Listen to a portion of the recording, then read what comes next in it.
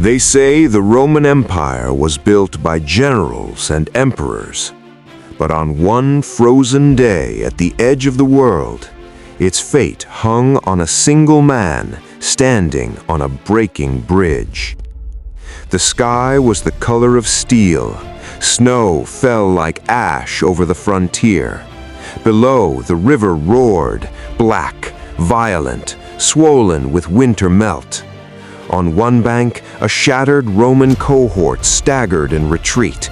On the other, an enemy host surged forward, smelling blood and victory. Between them stood Marcus.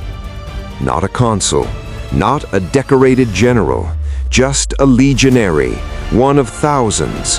A man with a dented helmet, a scarred shield, and an order that felt like a death sentence. Hold the bridge, no matter what comes. The timbers groaned under his feet. Icicles clung to the rope rails. The wind knifed through gaps in his armor, but sweat still trickled down his spine. Behind him, his comrades stumbled past, men he'd eaten with, marched with, cursed the cold with. Some clutched their sides, armor split by blades. Others limped, faces pale, leaning on spears as crutches. Ahead of him, the enemy ranks formed up, shields locking, spears leveled, war cries echoing across the valley. They saw only one Roman blocking their path, and they laughed. Marcus heard that laughter, and something inside him hardened. His centurion's voice rang in his head. Time is all we need, just a little more time. If he ran now, the enemy would pour across the bridge and carve his cohort to pieces on the far bank. If he stayed, he flexed his fingers on the leather grip of his shield, feeling the familiar grooves worn by years of battle. He tasted iron on his tongue, fear, blood, and cold air. Then the first wave hit. Steel slammed into his shield with a jolt that rattled his bones. A blade scraped across his helmet, sparks flying into the snow. He staggered, boots sliding on wet planks, but his feet did not move back. He shoved forward, bellowing from somewhere deep inside. His sword thrust out, finding a gap beneath an enemy's ribs. The man toppled sideways, slipping through the rails, vanishing into the raging river with a scream swallowed by the current. More took his place. Steel crashed against steel. Arrows hissed overhead, some thudding into the wood at Marcus's heels. The bridge shuddered under the weight of bodies pressing in, but still he held. "Move!" he shouted over his shoulder. "Get off the bridge! Keep going!" A wounded comrade turned, eyes wild. "Marcus! Go!" There was no time to argue. Men who had once stood shoulder to shoulder with him in perfect formation now stumbled away in scattered groups, dragging brothers, carrying those too hurt to walk. Marcus drew a line in his mind. Everything behind me must live. Everything in front of me must fall. The enemy realized what he was doing. One man buying time for an army. Their laughter twisted into rage. They swarmed the narrow span, trying to crush him by sheer weight. Spears jabbed at his legs, axes bit into his shield. His arm burned from the strain. His lungs felt like fire. Blood soaked his tunic, some of it his, most of it not. But with every heartbeat, more Romans reached the far bank. Every second he stole was another life spared. The world narrowed to a tunnel of noise and breath and impact. He stopped counting how many he'd cut down. He only knew this: he was still standing, and the bridge behind him was nearly empty. At last, a voice from the far shore broke through the chaos. "Marcus, enough! Jump! Now!" He risked a glance back. The last of his comrades were off the bridge, collapsing onto solid ground.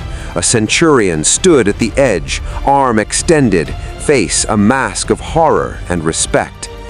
Marcus looked down. The planks beneath him were cracked and splitting. Ropes hung at strange, broken angles. Every impact sent a new groan through the ancient wood. One more push from the enemy, and it would all go. He had a choice. He could turn and run. Maybe he'd make it to the bank before the bridge went. Maybe.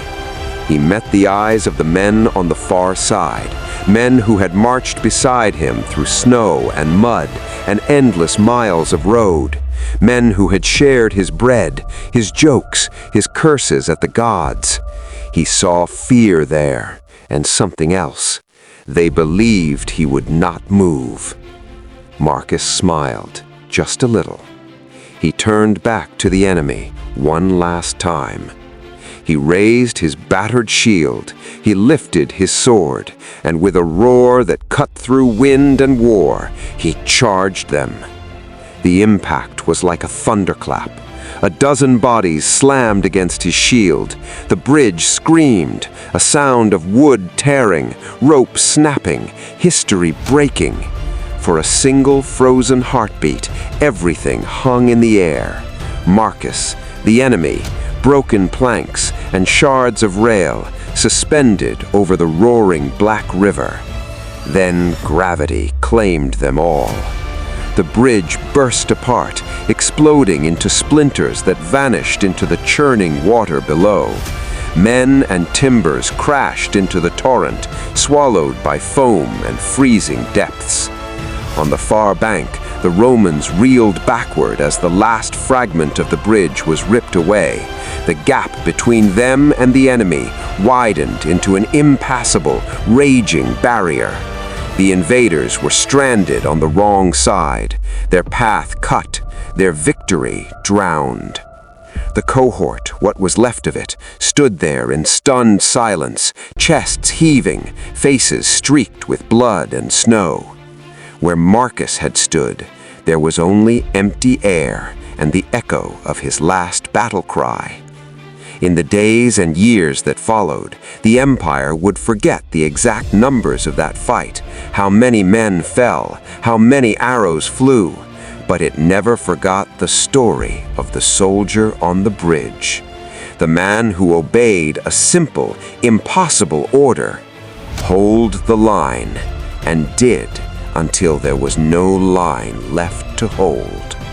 They spoke his name in low, reverent tones.